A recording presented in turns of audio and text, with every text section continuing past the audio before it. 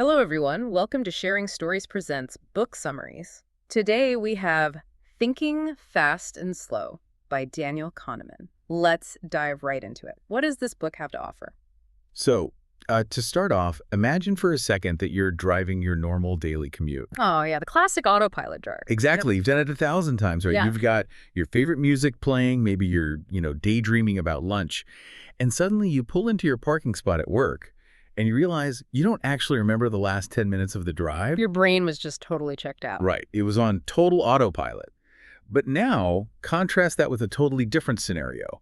You are driving a rental car in a foreign city you've never been to.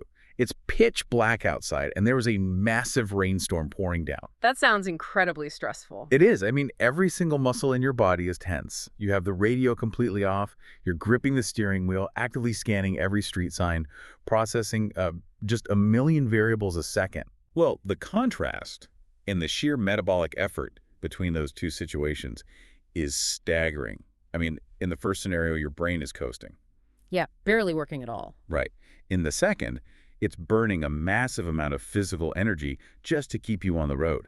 And that contrast really exposes something pretty terrifying about how we operate on a daily basis. Which is that we spend a shocking amount of our lives on that sunny autopilot commute, even when we're navigating complex, high-stakes situations. We really do. So today, our mission in this deep dive is to look under the hood of the human mind. We're pulling from the groundbreaking research of Daniel Kahneman and his collaborator Amos Tversky, specifically summarizing their wildly influential book, Thinking Fast and Slow. It's such an incredible piece of work. It really is. We're going to pull apart the mechanics of our own brains to figure out why humans, despite believing we're highly evolved, rational decision makers are actually driven by unconscious biases and completely predictable errors. Yeah, and to really appreciate Kahneman's work, we have to look at what he was arguing against. For decades, traditional economics operated on the assumption of the rational actor. The idea that we're all just logical calculators. Exactly. The prevailing theory was that human beings are fundamentally logical. If you give a person a choice, they will unemotionally weigh the probabilities, assess the pros and cons, and optimize for their own self-interest. Which sounds great on paper. But it's just not true. Kahneman's research systematically dismantled that. He proved that our decisions are rarely the product of cold logic. So to understand why we make these irrational choices, we first need to understand the brain's two distinct operating systems. The book simply calls them System 1 and System 2. Right. System 1 is that daily commute. It's automatic, it's incredibly fast, it's intuitive, and it runs largely on emotion. It requires zero voluntary control. System 1 is basically handling your continuous background processing. It's why you can read a billboard on the highway without actively trying to decipher the letters. Or how you instantly recognize a friend's face in a crowded room. Exactly. Or why you jump out of the way when you hear a sudden loud noise. Bring your book to life with AI. Plotsformovies.com helps you create movie-like trailers for your book, allowing filmmakers to visualize your story just the way you imagined it while writing. Enhance the storytelling experience to a whole new level with realistic characters, immersive voiceovers, and cinematic sound effects. No more boring stock images or generic clips. Captivate your audience, spark curiosity, make readers and filmmakers eager to explore more. Plotsformovies.com, where your story becomes cinema. It is a highly efficient threat detection and pattern recognition engine. But because its primary goal is speed, it's highly vulnerable to making catastrophic errors in judgment. Because it's not actually pausing to analyze anything, which is where System 2 comes in the rental car in the rainstorm. A slow thinker. Yeah, this is the deliberate, analytical, conscious part of the brain. If I ask you to multiply 17 by 24, System 1 just goes blank. You have to actively wake up System 2 to do the math. And that awakening comes with a literal physical cost. System 2 consumes significantly more glucose. It requires focus, an elevated heart rate, and sustained effort. It's hard work. It is. Because of this high metabolic cost, the human brain is inherently designed to be lazy. System 2 is perfectly happy to sit in the passenger seat and let System 1 drive the car, intervening only when absolutely necessary. Wait, let me push back on the word lazy, though, because phrasing it as a flaw feels a bit, incomplete. Isn't this cognitive miserliness actually a brilliant evolutionary adaptation? How do you mean? Well, if our ancient ancestors spent 10 minutes engaging System 2 to logically analyze whether that rustling in the bushes was a saber-toothed tiger or just the wind, they would have been eaten. Hmm. So relying on fast, low-energy instinct was a survival requirement. Oh, that is the core paradox of the human condition. You're entirely correct. The brain evolved to conserve energy in an environment where calories were scarce and immediate physical threats were everywhere. Right. The problem is that we don't live on the savannah anymore. We live in a highly abstracted, data-driven modern world. So when we try to apply a Pleistocene-era threat detection system to choosing a retirement portfolio, Or evaluating a complex medical diagnosis. those ancient shortcuts misfire terribly. They misfire all the time. And the mechanism behind those misfires seems to be something Kahneman calls cognitive ease. If System 1 is desperate to save energy, it relies heavily on how easy a piece of information is to process. Yeah. If it's easy, System 1 just assumes it's true. But the mechanics of this are wild. We literally confuse the feeling of familiarity with actual, factual truth. Yeah, because the brain is essentially an associative machine. When you encounter information that's familiar, that's been repeated to you multiple times, or get this even information that's printed in a clean, highly readable font, your brain experiences cognitive ease. There's no mental friction. Exactly. The mental gears are turning smoothly. System 1 interprets that lack of friction as a signal that the environment is safe and therefore the information is reliable. That's crazy. So if a completely fabricated statement is just repeated enough times on social media or printed in bold, attractive typography, it bypasses our critical thinking entirely. It does. The lack of cognitive strain tricks System 2 into staying asleep. Yeah. But if a concept is hard to read or uses complex vocabulary, it creates cognitive strain. That friction acts as an alarm bell, waking up System 2. You become more skeptical, more vigilant, and more analytical. But when things feel easy, we just drop our guard. We do. And this reliance on cognitive ease is the gateway to a series of very specific mental shortcuts or biases. The first major one the sources highlight is the anchoring bias. Oh, the example in the text for anchoring is fascinating. Researchers asked a group of people to estimate the age Mahatma Gandhi was when he died. Right. But before asking the actual question, they primed them by asking, did Gandhi die before or after age 140? Which is obviously absurd. Totally ludicrous. No human being lives to be 140. But simply dropping that absurd number into the conversation acted as an anchor. The people who heard 140 subsequently guessed his actual age of death to be significantly higher than the control group. Yeah. Why on earth does the brain cling to a number it knows is fake? It comes back to how System 1 tries to make sense of the world.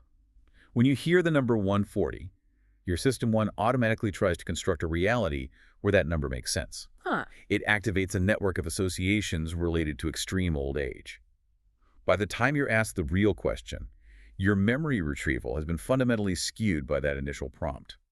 The anchor pulls your estimate toward itself because System 1 is incapable of ignoring the prime. I see this constantly in retail. You walk into a store, and a jacket has a tag that says, marked down from $500 to $150. That $500 is almost certainly a fabricated anchor. Oh, absolutely. But the brain gets stuck on it. You aren't actually evaluating the materials or the utility of a $150 jacket. You're just marveling at the $350 gap from the anchor. System 1 is thrilled because it thinks it found a shortcut to value. And businesses rely on that exact vulnerability every single day. We see another massive vulnerability in how we calculate risk, which Kahneman calls the availability bias. Okay, tell me about that. We judge the probability of an event happening, not by looking at actual statistics, but by how easily we can retrieve examples of it from our memory. Ah, the classic example being airplanes versus cars. Yes. Statistically, driving a car down the highway is exponentially more dangerous than flying in a commercial jet. But people are terrified of turbulence, not potholes. Because airplane crashes are spectacular. They dominate the news cycle, they produce terrifying imagery, and they evoke a deep emotional response. Whereas car crashes are routine. Right, they're mostly ignored by the media.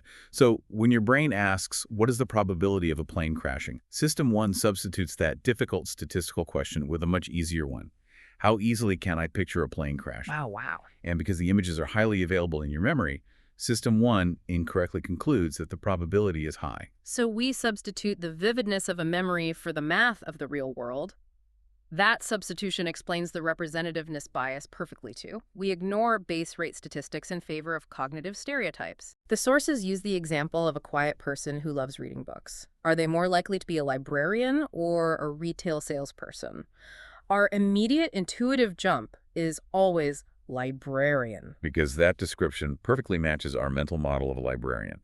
It represents the stereotype. But this is where System 1 completely ignores statistical reality. If you wake up System 2 and actually look at the labor force, there are drastically more retail salespeople in the world than there are librarians. Yep. Just purely by the numbers, a randomly selected quiet person who loves books is statistically much more likely to be working in sales. But processing those base rate statistics requires cognitive effort. It's much easier for System 1 to just match the description to a stereotype and move on. So System 1 is essentially a pattern matching engine that hates doing math. And that hatred of complex math doesn't just mess up how we view strangers. It completely distorts how we view the world at large. The sources talk about the law of small numbers, which highlights our deep discomfort with randomness. The human mind demands causality. We are incredibly uncomfortable with the idea that things happen purely by chance. The law of small numbers is our tendency to look at a tiny, statistically insignificant sample size and confidently declare that we found a meaningful pattern. Like a stock going up for 3 consecutive days, and suddenly retail investors are convinced they've discovered a permanent market trend. Yes. Or a new restaurant gets 5 positive reviews online, and we declare it the greatest culinary experience in the city. We draw massive conclusions from minuscule data because accepting that those 3 days of stock movement were just random noise creates cognitive strain.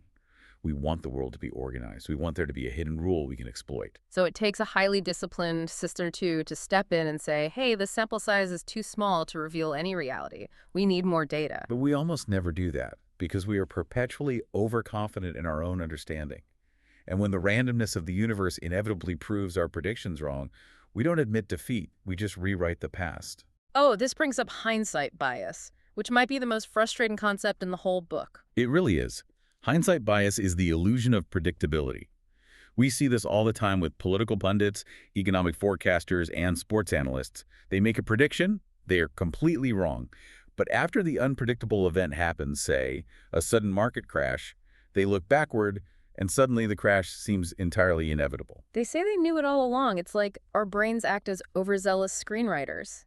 We take a totally chaotic, random universe, and after the fact, we force a neat 3-act structure onto it. That's a great way to put it. We find the little clues that fit the outcome, ignore all the variables that didn't, and tell ourselves a story that makes us feel like we live in a predictable world. You're touching on what Kahneman calls the narrative fallacy. A compelling story is almost never an accurate explanation of reality, but uncertainty is psychologically painful. By rewriting history to make it look inevitable, we soothe ourselves. We trick ourselves into believing we understand the world. This desperation for certainty and predictable outcomes heavily influences not just how we view history, but how we value our own assets. And this moves us into Kahneman's most profound breakthrough: prospect theory. Yes. The sources note this is the specific work that revolutionized behavioral economics. It did, largely because it finally mapped how humans actually behave rather than how utility theory assumed they behaved.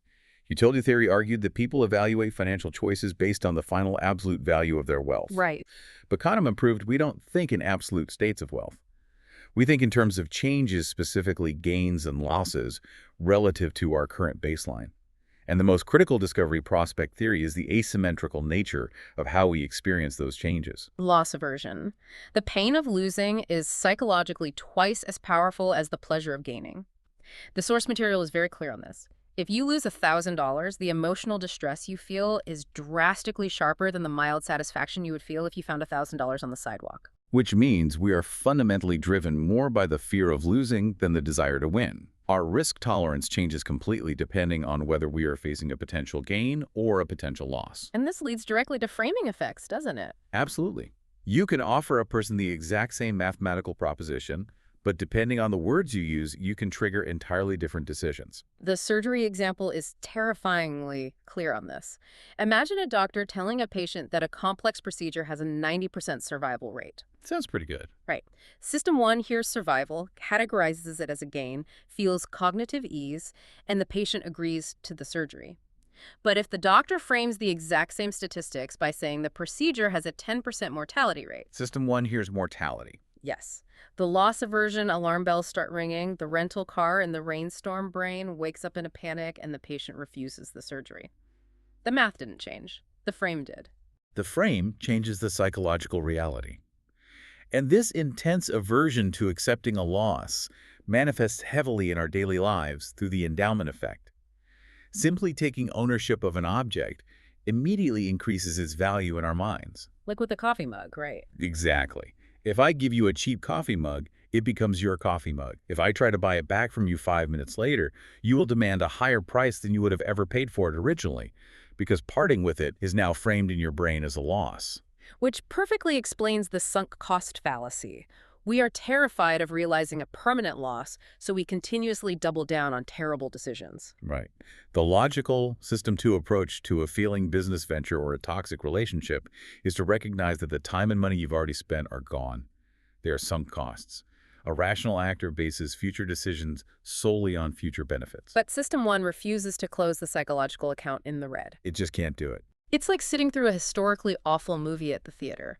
20 minutes in, you know it's terrible, but you refuse to walk out because you already paid $15 for the ticket. Yep. System 1 tells you that if you leave, you lose the $15. But the reality is the $15 is already gone. By staying in the theater for another 2 hours, you aren't getting your money back. You're just choosing to pay with your time as well. It was entirely irrational. But the drive to avoid a permanent loss overrides the logic. And this failure to properly value our time in the present moment is deeply connected to our inability to accurately plan for the future or even remember our own past. That brings us to the final major theme of the text: time, memory, and the two selves. Let's look at the future first, the planning fallacy. Why do we consistently underestimate the time, cost, and complexity of literally everything we do? Oh, a 6-month home renovation always takes a year. When we plan for the future, we rely on the inside view. We build a highly optimistic, frictionless narrative of how the project will go. We completely ignore the outside view, which would require waking up System 2 to look at the base rate statistics of similar projects. So we failed to account for the unknown unknowns. Right, the permit delays, the shipping errors, the bad weather. Our System 1 optimism blinds us to historical reality. So we are essentially blind to the future. But the most mind-bending part of Kahneman's work is the realization that we are equally blind to our own past. We don't record our experiences like a video camera. We compress them using the peak-end rule. Human memory is astonishingly reductive. Kahneman's research demonstrates that when we evaluate a past experience, whether it's a 2-week vacation, a medical procedure, or a decades-long marriage, we do not average out the minute-by-minute happiness or pain. What do we do instead? Our memory is dominated almost entirely by 2 specific snapshots: the most intense moment of the experience, which is the peak, and how the experience ended. The duration of the experience and all the mild moments in between are essentially discarded. This changes how you view everything. Think about a recent vacation. For 7 days, the experiencing you was probably dealing with screaming kids at the airport, arguing with your spouse over navigation, and sweating in a crowded tourist trap. It's like an awful trip. Right, but on the final night, you had a peaceful dinner looking at a beautiful sunset. Because of the peak end rule, your remembering you looks back 6 months later and says, that was a wonderfully relaxing trip. We should do it again. You've hit on the philosophical core of the book. The distinction between the experiencing self and the remembering self. There are 2 entirely different entities functioning within your mind. Okay. The experiencing self lives in the continuous present. It feels the immediate joy, the stress, the cold, the boredom, but it has no voice in your decision-making. Wait, really? So the part of me that actually feels the pain and pleasure of life isn't the part making the choices? Correct. The remembering self is the storyteller. It curates the memories based on those peaks and ends. And when you decide where to go on your next vacation or whether to take a demanding new job, you are asking your remembering self what to do. You are making decisions to maximize the quality of the memory, not the quality of the actual lived experience. That creates a massive disconnect, particularly when we talk about wealth and happiness. We sacrifice our daily well-being to chase things that sound good in a story. The data on money and happiness illustrates this perfectly. For the experiencing self, money absolutely matters up to a point. Financial security removes the daily, grinding stress of survival. Right, which is huge. But once basic comfort is achieved, extra wealth produces massive diminishing returns for present moment happiness. The things that actually improve the daily life of the experiencing self are strong community relationships, physical health, and autonomy over your time. But the remembering self doesn't care about a quiet Tuesday afternoon spent with a friend. The remembering self wants the prestigious promotion, the massive house, the high-status title, because those things make for a powerful narrative, even if achieving them requires 50 hours a week of extreme stress for the experiencing self. We constantly sacrifice the present moment to feed a narrative that we will only enjoy in hindsight. Wow. So, synthesizing everything we've unpacked here, we walk around the world deeply convinced that we are the logical drivers of our own lives. But the reality is that the rental car in the rainstorm brain is asleep at the wheel most of the time. Yeah. System 1 is running the show, substituting hard questions with easy ones, getting tricked by cognitive ease, anchored by fake numbers, and ruled by a profound fear of loss. And the only defense mechanism we have is awareness. Better decision-making requires the active, uncomfortable effort of questioning our own intuition. We have to learn to recognize the situations where cognitive illusions are likely to occur and force ourselves to wake up System 2. We have to look at the base rate statistics, ignore the sunk costs, and realize that the most convincing story is rarely the objective truth. We have to force ourselves to grip the steering wheel, turn off the radio, and endure the cognitive strain. I love that. But I want to leave you with a final lingering thought to mull over on your own today. It stems directly from that mind-bending reality of our two selves. Think about the major choices you are making in your career and your relationships right now.